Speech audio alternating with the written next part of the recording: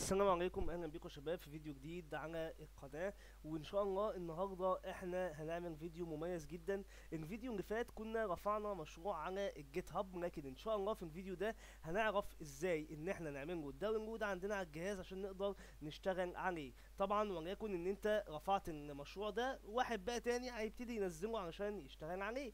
طيب كويس جدا. في الفيديو ده هنعرف ازاي ندونه، وهنعرف ازاي نحول الويب سايت بتاعنا اللي احنا رفعناه على الجيت هاب لصفحه او يتحول للينك. اللينك ده يتبعت لاي حد، يتفتح زي ما انا ما فاتحه عندي على الجهاز عادي جدا. طبعا دي الاكواد اللي استخدمناها المحاضره اللي فاتت علشان خاطر نقدر نرفع الملفات بتاعتنا على الجيت هاب. طيب انا دلوقتي يا باشمهندس عايز اعمل داونلود للمشروع بتاعي. طبعا هتلاحظ الريبوزيتوريز اللي هي هنا دي زادوا واحد اهوت واسمه تيست، فعلا ده اللي احنا كنا عاملينه. هنخش عليه. دي كده الملفات بتاعتنا. عندك طريقتين عشان تقدر تعمل داونلود للملفات. اول طريقه هي طريقه نورمال جدا، اي حد ممكن يعملها، واي عيل صغير نجيبه من الشارع يعرف يعملها، مفيش مشكله. وفي طريقه بقى احترافيه، دي بقى طريقه الكبار، ودي طريقه الشركات، ودي طريقه حد محترف. طبعا هم كل الطرق تؤدي الى روما، لكن طبعا الاحتراف بقى هو اللي بيبان هنا. طيب انا دلوقتي يا باشمهندس عايز اعمل داونلود. هقول له والله تعالى عند كلمه كود دي اضغط عليها، وهتقول له هنا داونلود سوري، داونلود زد اي بي. طبعا هو هنا بينزل ملف مضغوط، وانت بقى بتفك الملف بتاعه او بتفك الضغط بتاعه في المكان اللي انت عايزه، وبتبدا تشتغل عليه. ده كده اول طريقه.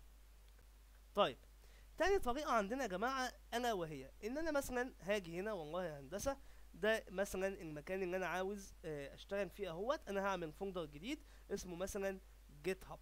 حلو الكلام. بالشكل ده كده ماشي يا سيدي، اتكتب غلط مش مشكلة.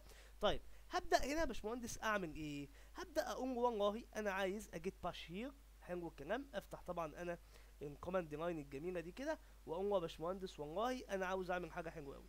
عندي حاجة اسمها جيت كلون بالشكل ده كده.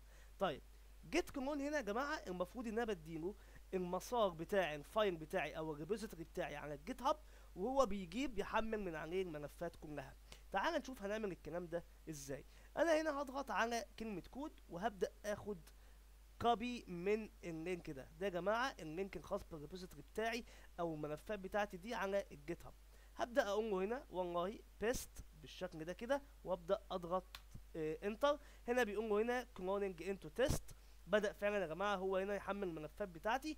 تمام. عمل لي المشروع باسم الريبوزيتوري، ركز في دي. تمام. هو هنا حط لي فولدر باسم ايه يا جماعه؟ باسم الريبوزيتوري. طيب هبدأ انا دلوقتي افتح فعلا الفولدر ده بشوفه هو نفس الملفات اللي على الجيت هاب ولا لا. تعال نخش كده عليه.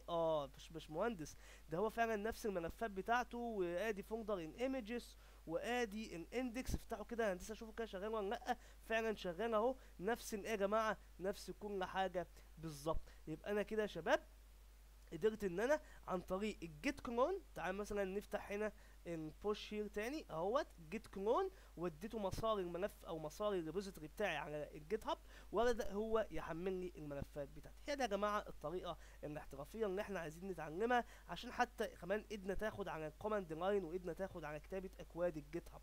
طيب انا دلوقتي يا شباب عايز اعمل ايه بقى دلوقتي؟ انا عايز احول الملف بتاعي ده للينك اقدر ابعته لاي حد يفتحه زي ما انا فاتحه عندي كده. ده طبعا يا جماعه لو جيت تلاحظ ده بارتيشن الاي بيكسل اندكس. يعني دي كده يا شباب ملفات ال HTML اللي عندي. ده الجهاز بتاعي بارتيشن الاي اهو يا جماعه. طب انا دلوقتي يا باشمهندس انا مش عاوز كده. تمام. حتى مكتوب فايل اهوت. ده كده يا جماعه ايه؟ المسار بتاع الجهاز بتاعي. طيب انا لا، انا مش عايز يبقى ده الجهاز بتاعي. انا طبعا سايبه لك مفتوح عشان لما نيجي نحول دلوقتي الويب سايت اللي رفعناه على الجيت هاب لينك اي حد يشوفه، اقول لك ان هو فعلا اشتغل اهو، ومفيش اي اختلاف ما بينه وما بين اللي عندي على الجهاز. طيب اعمل الكلام ده ازاي؟ هبدا اخش على السيتنج. تمام. ومن السيتنجز يا جماعه هبدا اجيب حاجه اسمها بيجز. ماشي. البيجز ده يا شباب هنا هتلاقي مكتوب نون. شايفين ده ايه؟ مكتوبه نون. انا لا، هحوله للمين. بمجرد ما اقول له مين، هو هنا بدأ يحط يا جماعه مسار الروت. فاكرين احنا قلنا يا جماعه لما الموقع بيترفع على سيرفر بيبدأ يشوف ملف البابليك دوت اتش تي ام ال يا شباب، او سوري البابليك اتش تي ام ال. الملفات جواه بيدور على حاجه اسمها اندكس ويروح يفتحها على طول.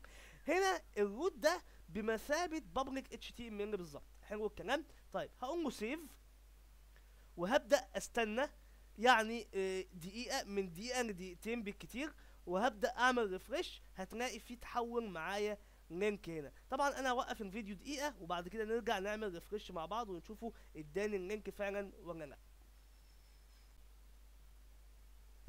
ورجعنا لكم مره تانية يا شباب. والمفروض دلوقتي ان انا هبدا ان انا اعمل ريفرش في الصفحه بتاعتي. طبعا زي ما انت شايف هو بدا هنا يعمل لك لينك اهو، هو فعلا اداك لينك اهو يا جماعه، وكمان عمل لك زرار اسمه فيزيت سايت.